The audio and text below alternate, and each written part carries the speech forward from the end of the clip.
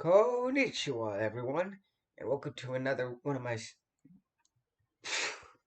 I can never speak, can I? Welcome to another fanfiction reading. Today we are doing a What If Naruto Inherited Kubikiribocho, or as the fanfiction is called, Demon of the Hidden Leaf, by Young Napoleon 22. Quite frankly, this is one of my favorite stories I've read in like a while.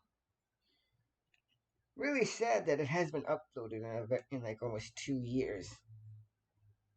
Oh no. Oh well. Well, you guys know the drill. Help with the algorithm by smashing that like button in the face. Leave a comment down below requesting for any more stories you want me to read. And I do have a Discord account. I'm gonna put that down in a pinned comment down below. And if you guys want to help me make, I don't know, like better thumbnails for all this, please either tell me how to make a thumbnail or volunteer. I know I got one person volunteering before, so hope to see you again.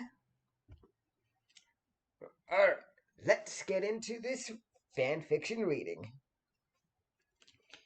Demon of the Hidden Leaf by Young Napoleon 22.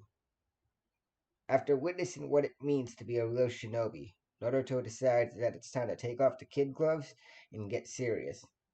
A mist has begun to fall over Konoha, and in its hazy depths waits a new demon, one who will honor the man that opened his eyes.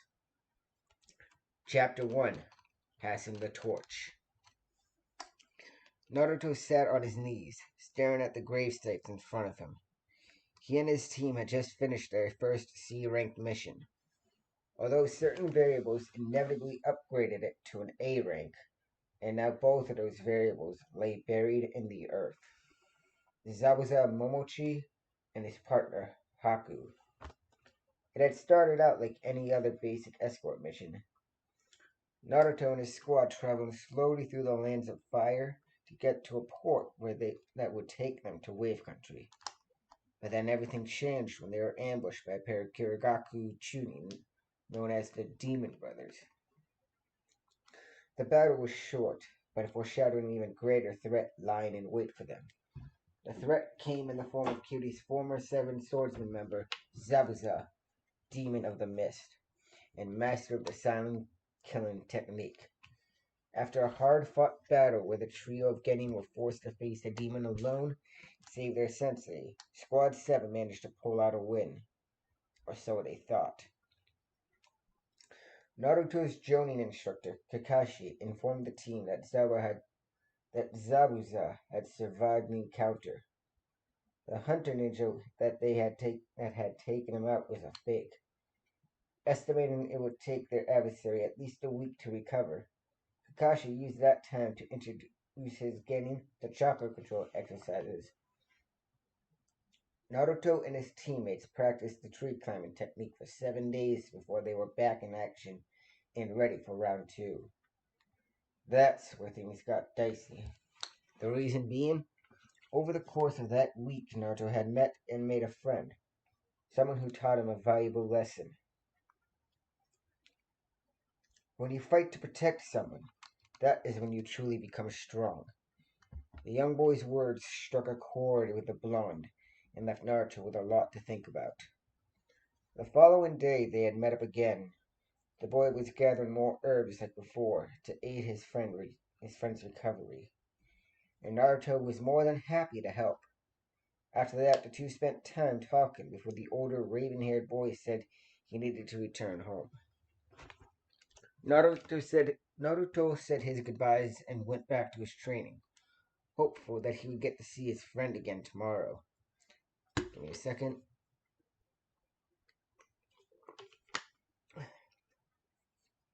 Drink. That tomorrow happened to be the day Zabuza struck again. And when the blonde finally arrived on the scene, Naruto found himself wishing that he hadn't been so hopeful. Because his friend, Haku, turned out to be Zabuza's accomplice. The feeling of betrayal weighed heavily on the young Leaf Ninja's shoulders as he did battle with his former friend. Naruto attempted to get the former Mist Ninja to withdraw, make him see that they didn't have to fight. But Haku would always just reply with the same response. I want to protect the person important to me. I want to work for that person. I want to fight for that person. I want to make that person's dreams come true. That is my dream. And so they fought. But even with Sasuke awakening his Sharingan, the two Genin were no match for Haku and his crystal ice mirrors. However, Haku realized that drawing out the battle any longer could result in his defeat. So, with an apology to his foes, he struck. A hail of Senbon rained down upon Naruto and Sasuke. It was after not feeling any pain that Naruto opened his eyes, the ones he hadn't realized he'd closed, and was greeted with a horrific sight. Sasuke Uchiha, his teammate and friend, lay at his feet covered in needles, his body leaking blood from every wound. Sasuke had sacrificed himself to save the blonde. Everything went red for Naruto after that. The blonde only remembered feeling an intense rage, almost hatred, but the events that took place after still escape him. Kakashi would later inform him of how, after subduing both Haku and Zabuza, he chopped the blonde in the neck.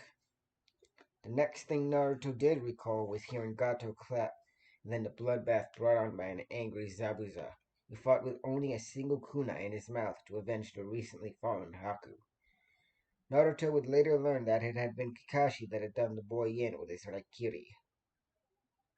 Soon after, once Zabuza had killed Gato and the people of Wave forced out the thugs threatening their village, Naruto and his team encircled the dying Misfit Ninja and the lifeless body of Haku as it started, surprisingly, to snow.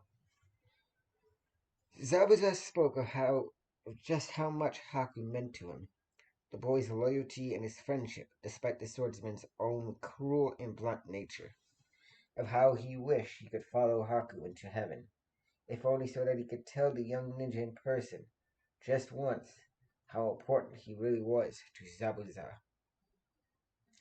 But it had not to be, and the powerful swordsman passed from the land of the living, burdened with that regret. Yet through it all, Naruto Uzumaki felt more respect for Zabuza than he had ever felt for any other person in his life. I thought I might find you here, a calm voice echoed from behind Naruto. The orange-clad blonde turned his head to see the form of his sensei walking up to him. Letting out a pained sigh, Naruto replied, Yeah, I just wanted to say goodbye one more time before we head out tomorrow. Kakashi looked on with his one eye as the student turned back to the two makeshift graves he constructed for the dead Kyrie shinobi. Over each mound of dirt were wooden crosses made from stakes the blonde had carved from tree branches. Zabuzo's blade, Kubikiribocho, thrust into the ground behind his marker. The silver-haired Jonin noticed how Naruto's gaze would linger on Zabuza's sword, as if trying to will the man back to life to take hold of it again. This surprised the elite ninja, having never seen such a look on the young boy's face. I know it's hard, Naruto, but he died a death that was more than honorable for someone of his status, Kakashi said as he placed a hand on his student's shoulder. But he was surprised when his gesture was shrugged off. Naruto turned and looked into Kakashi's lone eye with one of his own as he said, Oh yeah? And now what happens, huh? Is his name just gonna fade into the wind? Because I doubt Mist will put it on their memorial stone. I bet they're just gonna sweep all of this up and paint him as some sort of defective weapon that they couldn't control and use him as some sort of example of what not to be. So you're saying you care about the reputation of an enemy ninja? A man that attempted to end your life in pursuit of his own goals? Kakashi asked in curiosity. He'd never heard of something like this happening before. Usually, a ninja was all too happy to drag an enemy's name through the mud if it meant their own fame would increase. The Jonin instructor was pulled from his musings by the blonde Genin's voice as he replied, "Of course I care. Zabuza was more than just some enemy ninja. He was a person with his own ambitions and dreams. He was also a powerful ninja who deserves respect. And just thinking about what's probably going to happen to his reputation makes me so mad." Naruto's outburst caused Kakashi to lean back a little due to the volume, but that didn't take away from the message that he got. His student held the demon of the mist in extremely high regard and wished for people to remember the fallen ninja with honor. This cemented a decision he'd been turning over in his head the past few nights while the bridge was being finished. So, standing back to his full height, Kakashi turned as if to leave and said, "You know, something I learned about the seven swordsmen of the mist is that whenever a member falls, their blade is passed on to whoever managed to slay them. And while technically Zabuza died from his wounds, I'd say you were the one to defeat him. It was your words that changed his mind and made him put his life on the line to avenge Haku. You defeated the demon of the mist, Naruto. Kubikiribocho belongs to you now, if you want it." And with that, the older male walked away, leaving a wide-eyed blonde sitting with his mouth hanging open in disbelief. Naruto closed his mouth and then swiveled his head around to turn his gaze to the giant blade buried in the earth. Did he dare take it? While it was true he wanted the demon of the mist to be remembered with respect, Naruto wasn't sure he was truly good enough to carry on the name. He was, after all, the dead last in the academy. What if, what if I just end up embarrassing myself? What if I don't have what it takes? Zabuza was a truly elite ninja, a master of stealth with more kills under his belt than most of the ninja from my own village.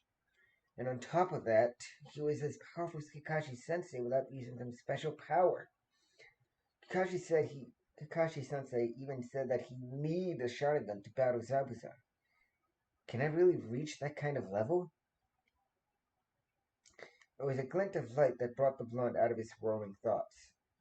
Blinking his shocking blue eyes rapidly, Naruto turned his attention to where the gleam was coming from, and realized it was coming from the very sword he was debating about. Naruto noticed that it was now midday. He'd been out there all morning, and so the sun was in the center of the sky, casting its light down upon all that lived beneath it. This caused Zabuza's sword to reflect the light, catching Naruto in the eye. And with his attention returned to the blade, Naruto soon found himself lost in the reflection of himself that stared back at him. For what felt like hours, he stared into his own blue eyes, searching for something that he couldn't identify, before breaking the trance to look upwards towards his headband. After staring at the reflection of his headpiece, the young Uzumaki returned to looking at his own reflection. It was after another minute of silence stare It was after another minute of silent staring that Naruto reached up and turned his headband to the side.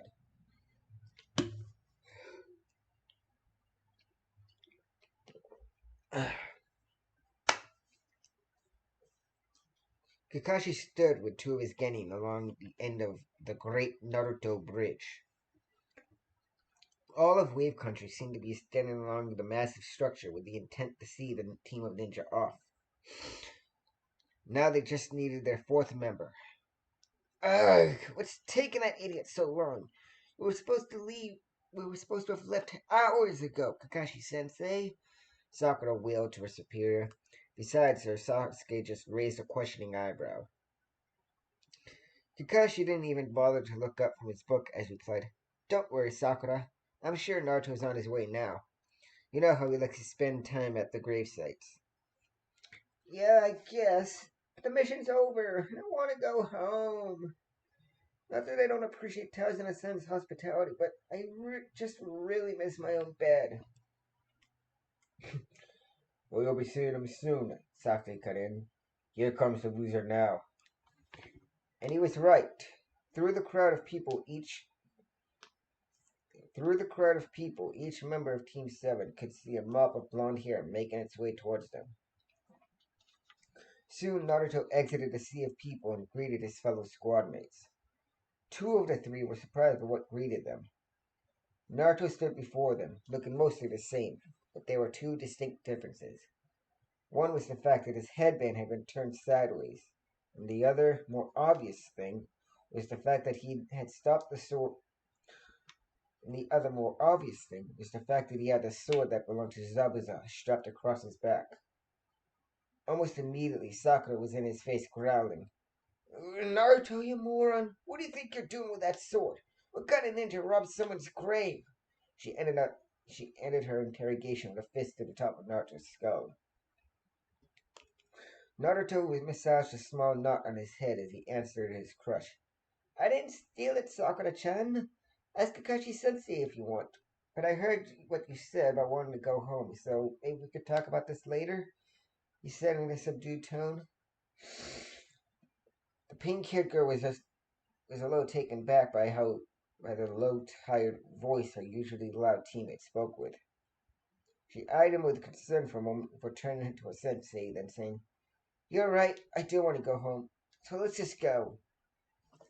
With that, the foursome made their exit from Wave Country, leaving behind a cheering crowd and taking with them each their own set of memories. The trip back to Konoha was uneventful. No ninja hiding in puddles waiting to attack. While Sasuke was busy flashing his newly acquired Sharingan on and off, Sakura complimenting the Uchiha on how powerful it made him look, Naruto remained silent. As he sped through the trees, the blonde's mind was continuously going over his decision to take up Zabuza's mantle. While he decided that was what he wanted, he still had to think about how best to go about it. More specifically, what he needed to work on to be a worthy successor. What it, more specifically, what he needed to work on to be a worthy successor. Naruto knew that his taijutsu needed work. He only knew the basics of the academy style, and even then he'd skipped classes, so there were definite holes in his stances. The blonde thought back to the rogue ninja style, and how he incorporated not just punches, but kicks, elbows, and even his sword into his attack patterns. Next, he thought about his repertoire of ninjutsu. At that moment, Naruto counted that he had 3 combat jutsu and 1 ineffective technique that, if he was going to take this seriously, he would need to throw out. So that leaves me with the Henge, Kimiwa Karimi, in my Kage Bunshin, the blonde deduced. If I really want to do this, I'm going to need to seriously step up my game. Zabuza used some pretty high level techniques, and then there's his hidden mist jutsu. Problem is, where am I going to get somebody to teach me it? Figuring he'd deal with that later, the blonde then turned his thoughts towards his speed and strength. One he lacked, and the other needed work. Naruto hadn't even been able to keep up with Zabuza's movements during their first encounter. The man moved so fast it was mind-boggling. Then there was his strength, made obvious by the way he easily handled his large executioner's blade with just one hand, whereas Naruto was forced to use both just to pull it from the ground. Naruto knew he probably had the highest physical strength among his graduating class, having spent many nights conditioning his body. But he knew it wasn't going to be enough if he was going to become the new Demon of the Mist. That's another thing, Naruto thought to himself. Am I still the Demon of the Mist if I'm a ninja of the Hidden Leaf? Was Zabuza's title based off his village or his jutsu? Shaking his head, the blonde decided that even if the title was originally coined from the man's village, he would make it based off his use of the technique itself, once he found a way to learn it. Naruto recalled only actually seeing Zabuza do it once, and unfortunately that wasn't enough for him. Naruto's Naruto's eyes widened with inspiration as he remembered an impromptu lesson seen on the battlefield about the Uchiha's clan's special dojutsu. Turning his blue-eyed gaze in the direction of his Jonin instructor, Naruto remembered that behind the man's slanted headband was one of those famous copula eyes, and it seemed Zabuza used the technique he wanted to learn. With plans to speak with his sensei after reporting it to the old man, Sarutobi, Naruto settled down and relaxed the rest of the trip home. So your C rank turned into an A rank, and yet you continued on, knowingly put your getting in danger? Hiruzen Sarutobi, the Sandime, the Sandime asked Jonin in front of him. Kakashi nervously scratched behind his head as he replied, well, I asked them if they wanted to return home, but each of them was hell-bent on aiding the people of Wave. They said something about not being able to turn away from a country in need. It's really quite noble, Lord Hokage. Hiruzen steepled his fingers and eyed each of the three genin that stood in his office. When his eyes landed on Naruto, he spoke up again. And is the reason you brought the famed head cleaver home so you could collect the bounty on Zabuza's head? The old man hid his surprise when the blonde shot him a disgusted look, as if such a thing were a form of blasphemy.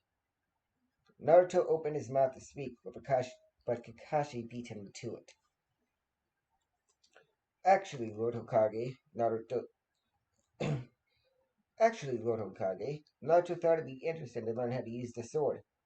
We saw the way Zabuza almost defeated me with it, and figured if he could get as good as he'd be, that much more he as good, he'd be that much more likely to take that hat from you. Yeah. The elderly Kage eyed his Jonin suspiciously, but didn't say any more on the subject. Instead, he let out a sigh and said, very well then. Mission accomplished, Squad 7. You may pick up your paychecks tomorrow after we recalculated the amounts to hand out. For now, you are dismissed. After bidding goodbye to their leader, the members of Squad 7 left the Hokage's office and began exiting the building. Once outside, Sasuke ignored Sakura's request to walk her home and began to trek to his clan compound.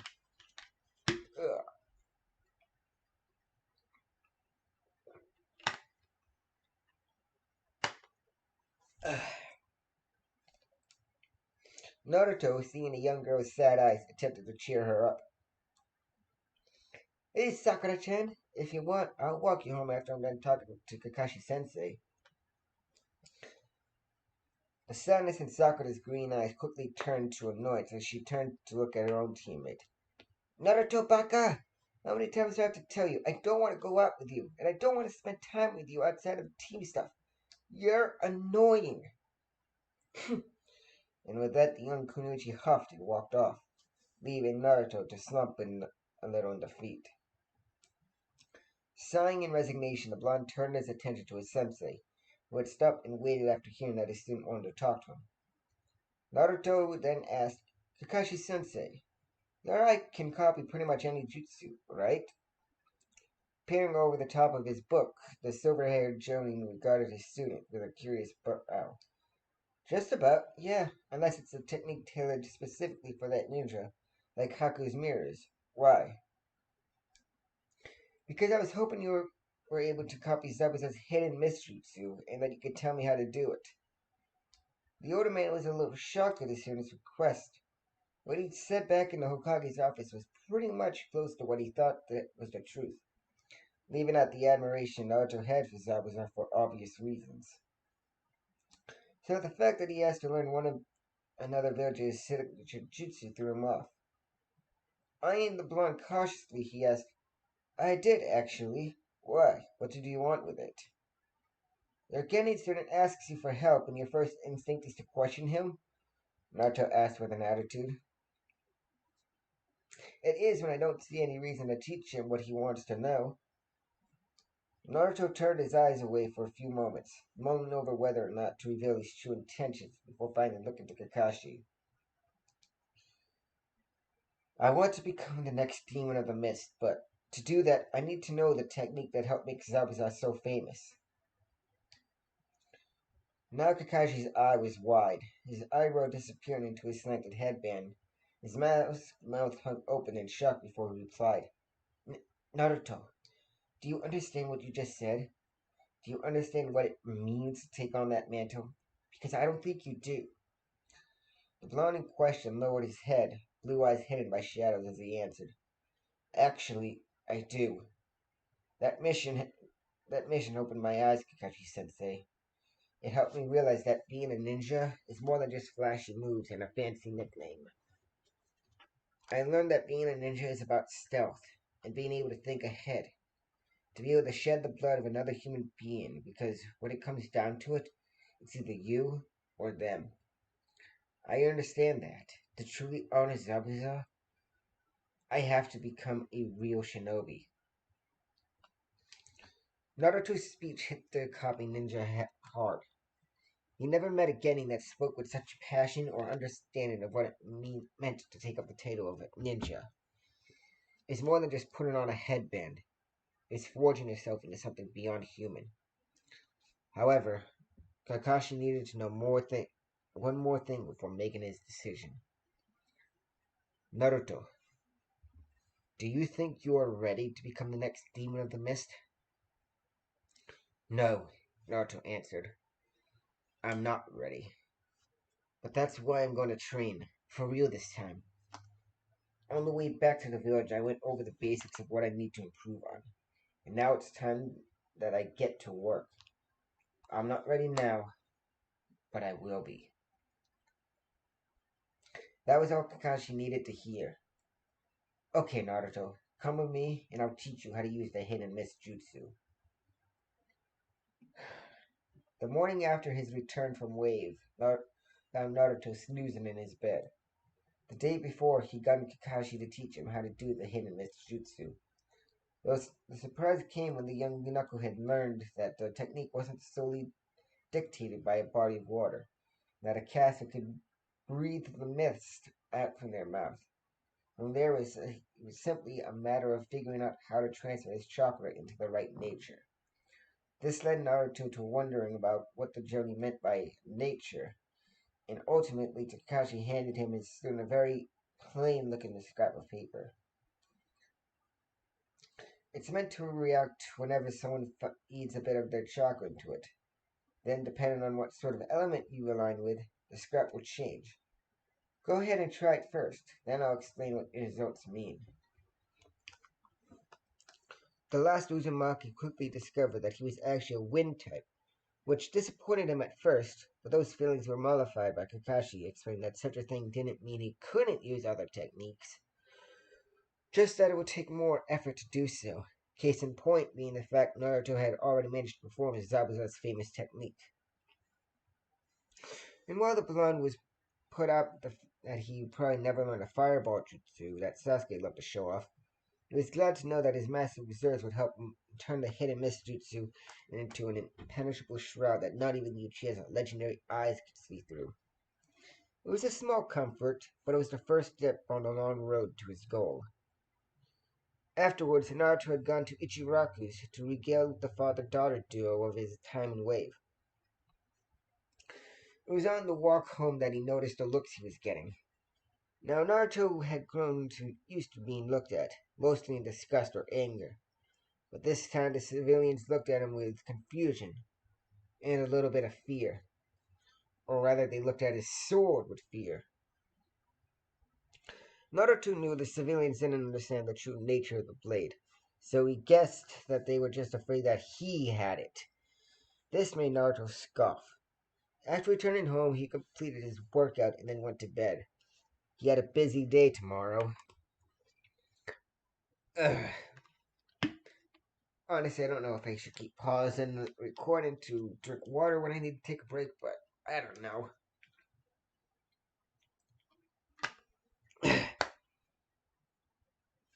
The following morning, letting out a yawn, the young genin rose from his bed, ready to begin the day.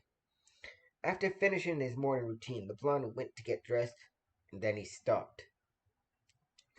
As he looked at himself in the mirror, Naruto realized something.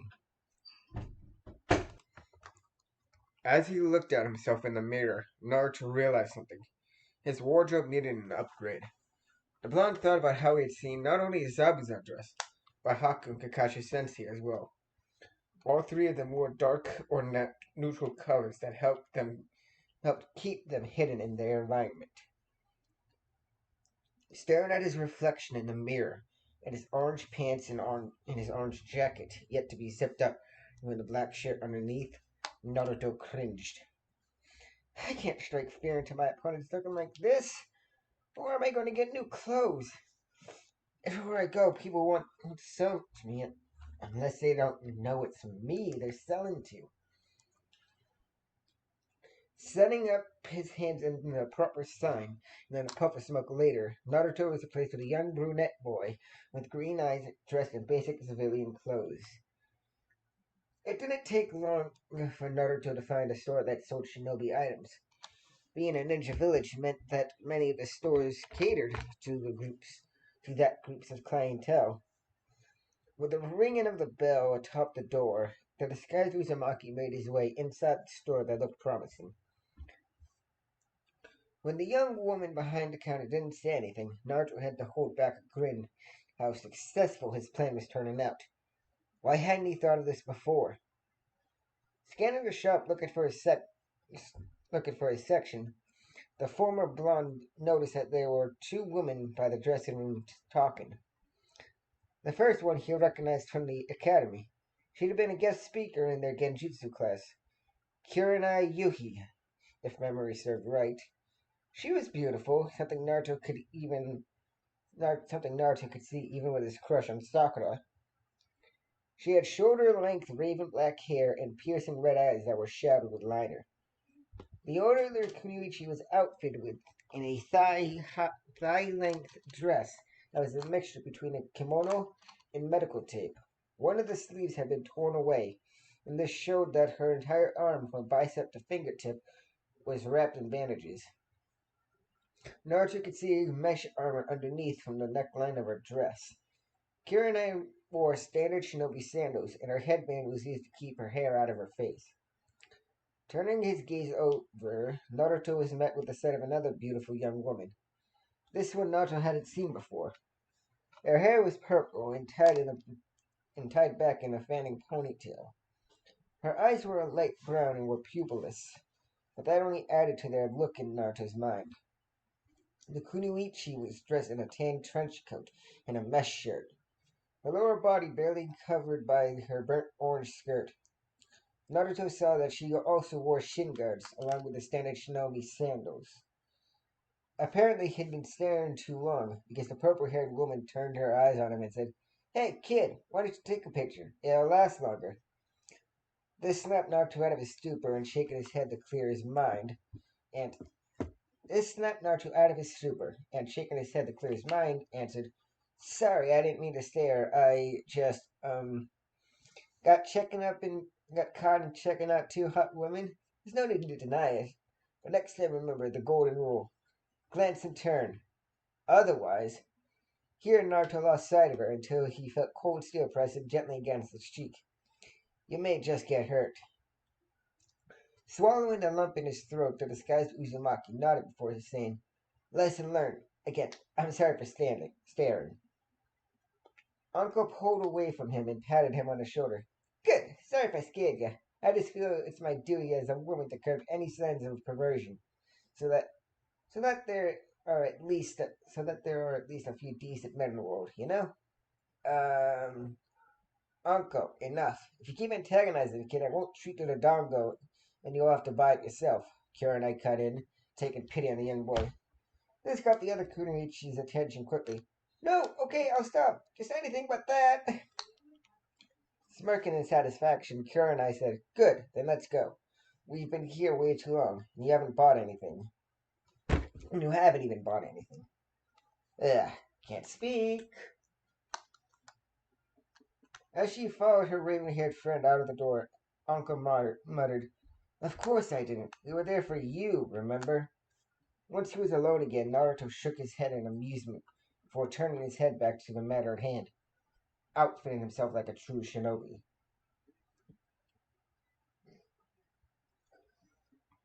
While Naruto pursued the racks of clothing back at the store, Uncle and Kurenai walked through the streets headed for Uncle's favorite shop. It was a few minutes before the purple-haired Kunoichi spoke up, her voice laced with curiosity.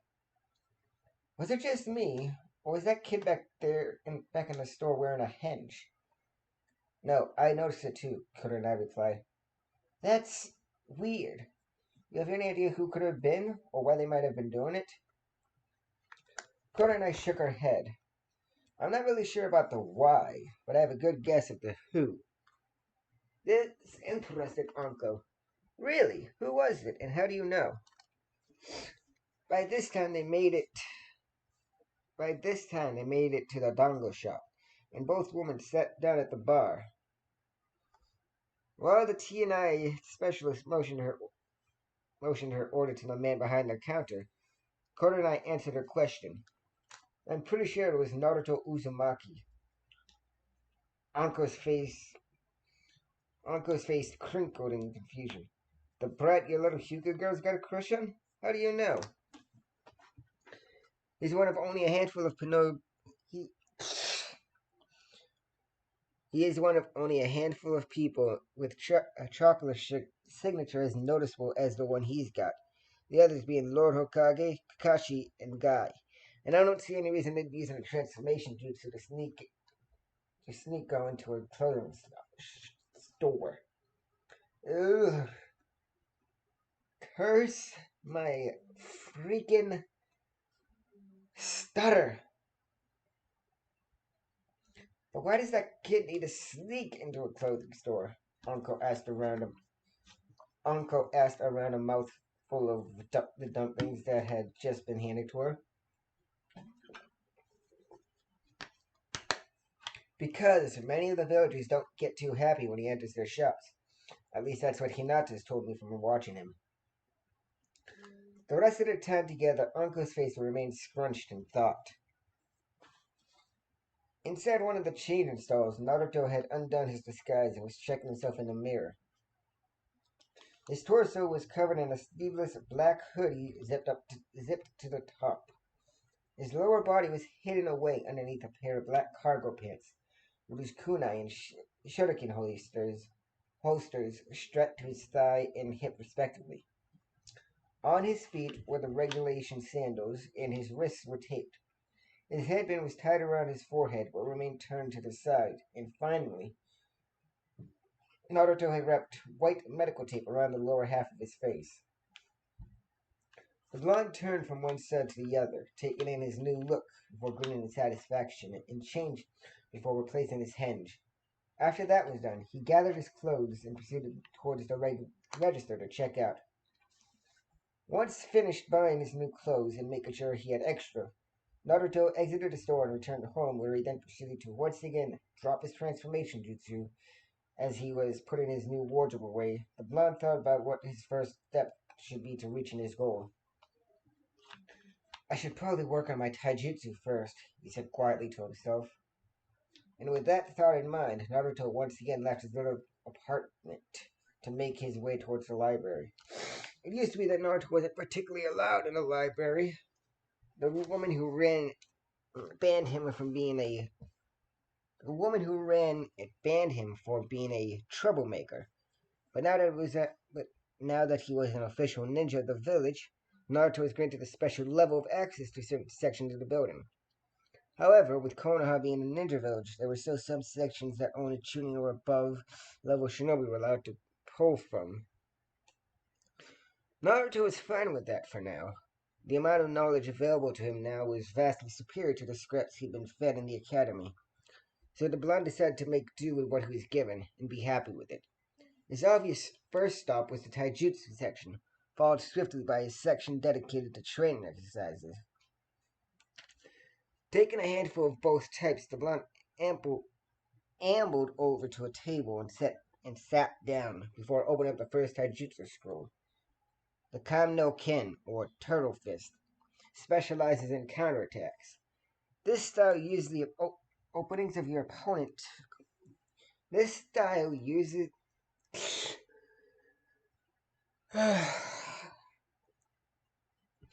My mind reads faster than my lips could catch. This style uses the openings your opponent creates when they attack against them, primarily used by defensive fighters. After reading the description, Naruto knew immediately that this wasn't the style for him. He was anything but a defensive fighter, so he moved on the next scroll in the stack. This one was called the Hachidori Ken, Hummingbird, Hummingbird Fist. That style was quick and used jabs as its primary attack. but it required an intense amount of speed to be effective, something Naruto didn't have. This went on for over an hour, Naruto nearly losing his mind at the revelation that there were so many styles of fighting until finally the blonde genin found the scroll he'd been looking for.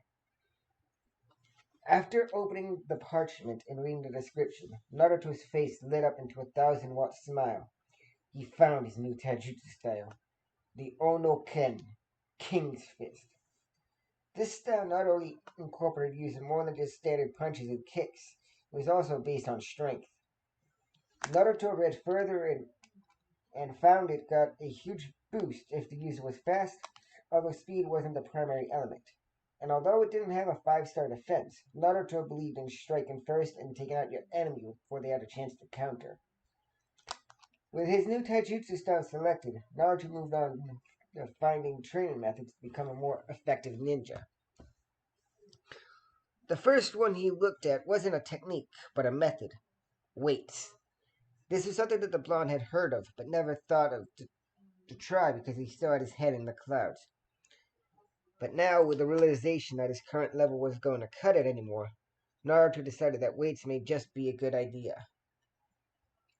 And if weights seemed like a good idea, then the chakra control exercises he found were fantastic. Naruto remembered how many more clones he was able to produce after learning the tree walking technique. So he bet the water walk and waterfall run would be huge helps too. It had amazed the blonde to see Zabuza and Kakashi Sensei duking it out on top of the water back in the wave. So much that he hoped the Silver Jonin would teach it to him. Now here it was, ready for him to master. Another chakra control exercise he saw was the leaf concentration that he'd done in the academy. This one the blonde skipped over, though, because he felt there was nothing to gain from it, and so then moved to the next scroll.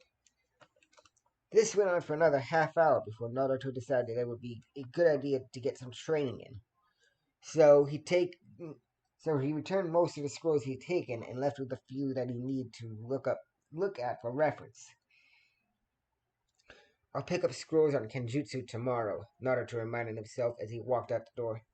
Since they probably won't have us doing any real missions for a while, so I'll have time to work on my training. I could also pick up my weights too, because if there is anything like the tree walking exercises, I'll be spending all day training. As he moved through the busy streets, Naruto wondered if it was okay to leave Kubikiribocho alone in his apartment. Because while no one really bothered him, there had been a select few that took it upon themselves to trash his home when he was younger. But then Naruto shook that thought from his mind. He was a ninja now, and no civilian was stupid enough to mess with a member of the village military, no matter how they felt about him. It took him about another half hour to walk to the training grounds Kakashi had taken him for their bell test. Naruto had chosen this particular place to train because it had a large body of water for him to practice water walking on, as well as trees to hone his tree walking technique when he had time. Upon arriving, the blonde was quick to get to work. Stripping away his new shirt, the blonde sat down on the grass and reread the water walking scroll. It explained that to perform the technique, the user needed to emit a constant stream of chakra from the bottom of their feet and then use their repellent force to walk across the water's surface. Naruto also noticed that the scroll mentions that walking on water is more difficult than trees because the amount of chakra needed to be emitted changes constantly. After reading through the instructions, Naruto walked over towards the large lake, closing his eyes and setting his hands into the ram symbol. The blonde proceeded to take a single step out and place his foot on the surface of the water. When he went to put pressure on it, he sank. Feeling his foot get enveloped in cold water, Naruto pulled his leg back and grimaced. Well, damn. I guess this needs more chakra than tree walking. Alright then, let's go for round 2. An exhausted Naruto lay flat on his back under the late afternoon sky. He had been practicing his new chakra control exercise for hours, and the sky was beginning to take on a fiery orange hue. An hour before, Naruto finally managed to keep himself above the water for a grand total of 3 minutes. After his success, the blonde took to using the next hour for physical workouts as to better condition his body. I'm beat, the nine-tails Jinchuriki thought to himself. Must be this water walking. It must be this water walking thing really is tough. He's even walking up trees and wear me out this bad. Deciding it was a good time to head home, Naruto pushed himself up onto his hands, grabbed his discarded hoodie, and stood up. Swaying a little from the constant fluctuation of his chakra, the blonde put his top back on and then turned his head when he heard a noise. Naruto sighed when he noticed a badly done disguise being held up against one of the trees. Konohamaru, I know it's you. Your stealth sucks, remember? The tarp fell and revealed a young boy dressed in a yellow t-shirt, gray shorts, and a blue scarf and a pair of green goggles. I expect nothing less from my greatest rival. Way to see through my cover, Naruto-Nisan. Not that I'm not happy to see you, but there was something you wanted. But was there something you wanted, Konohamaru? Because I was just about to go eat and head home. Konohamaru's onyx black eyes widened before he asked, well, can I come with you, please? I wanted to spar, but we could do this instead. And you could tell me about that mission you went on. Naruto could see the hope in the younger boy's eyes. He really just wanted to spend time with the blonde. It didn't matter how. With deciding that it wouldn't be a problem, Naruto told him, sure, Konohamaru, let's go. The youth jumped and cheered before following after his idol. It was as they were navigating through the now sparsely crowded streets that the young Sarutobi inquired about Naruto's new attire. Hey, boss, I like the new look, but what made you decide to give up on your old jumpsuit? Hmm? Well, that ties in with the mission I'm going to tell you about. But let's just say that I realize how much more seriously I would take it if I'm not wearing such bright colors. But boss, that jumpsuit helped you stand out. Let everyone know that you were Naruto Uzumaki. Naruto chuckled lightly at his younger friend's point of view. Was that how he was before his mission to wave? Deciding to answer the boy's question, Naruto said, exactly, Konohamaru. It made me stand out. Being a ninja, I need to be able to blend in, be stealthy, and I can't do that if I'm wearing bright orange, like how you won't be very effective wearing yellow. At that moment, the blonde noticed they'd arrived at the ramen bar, so he and his shadow took their seats and ordered. Once that was done, Naruto turned to Konohamaru and began to retell his adventures in Wave Country. Throughout the story, the young Academy seemed to flash through multiple different emotions. He thought about how cool it must have been to have gone beyond Konoha's walls. Felt surprised to hear about how his idol froze against the Demon Brothers. And he also felt pride when Naruto told him of how he outsmarted a Jonin. By the end of the tale, their food had arrived, so both of them turned to enjoy it for a few bites before the younger boy said, wow, Naruto, that sounds like it was dangerous. I can't believe you managed to get one over on a Jonin. You're amazing. Naruto smiled, although with his new look you could only tell by his eyes, unless looking closely, and said, thanks, Konohamaru, but I didn't do it alone. Although next time, I'll be sure to be more helpful. That's what I was doing out training grounds. I need to get a lot stronger. Oh, hey, can we spar tomorrow?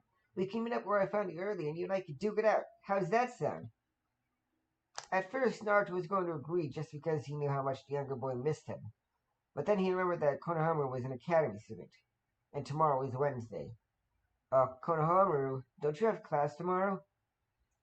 For a brief moment, the youngest Sarutobi's face became a mask of sadness. But then it brightened as he replied, well, yeah, I do, but I could skip it and we can hang out instead. But the blonde Uzumaki was already shaking his head no. When he saw the confused look on Konohamaru's face, he elaborated. Actually, I want you to go to class tomorrow. But Naruto-Nisan, you used to skip class all the time. What's the big deal if I do it? I skipped class because no one cared if I went. It didn't matter whether I showed up or not, because everybody was happy when I wasn't there. But you have people who want you to succeed, Konohamaru. And if you skip school to hang out with me, you'll be disappointing those people. Me included. I know the classes can be boring, but they are important. Even if you don't think so right now, they lay the groundwork for you to become a talented shinobi. And I want you to have the best grip on it as possible. We'll spend time together on the day you don't have class, okay? After listening to his idol's words, the younger boy can only nod in acceptance. Alright, boss, but only because you promised we could spar when I don't have to go to school. With that, the two ate the rest of their meal, telling jokes and stories, having a good time until it was time to go. Once he finished dropping off the brunette, Naruto made his way back to his apartment, and after making sure his sword was still under the floorboards, collapsed on his bed and fell asleep.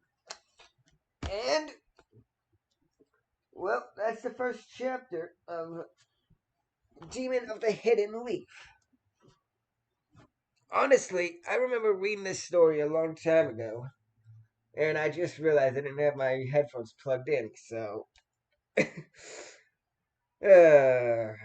I really hope this recorded well. If you hear a change in audio, you could. That's because I paused this halfway through to go do some shopping. Uh, anyway, I'll leave the link to the author and the story down in the comment section below, and I'll make sure to pin it. But yeah, this my Digital Art series, and of course, Rise of Team Outcast will be the three main stories I read on here at the moment. They're all relatively short, with this actually being one of the longer stories with a whopping who cares? With a whopping grand total of 179,850 words on it. Truth be told, I remember reading this thing a long time ago. And I was actually in the middle of rereading it a few months ago, but stopped for some reason. This would be a great way to actually read it myself.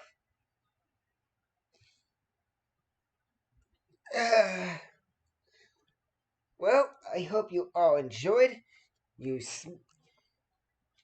you decapitate that like button. You drop kick the subscribe button. Hit the notification bell so you get alerted to all my latest videos.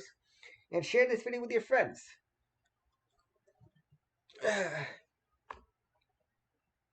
Until next time, I am the Chaos Master, and this has been a great what if. Chaos Control!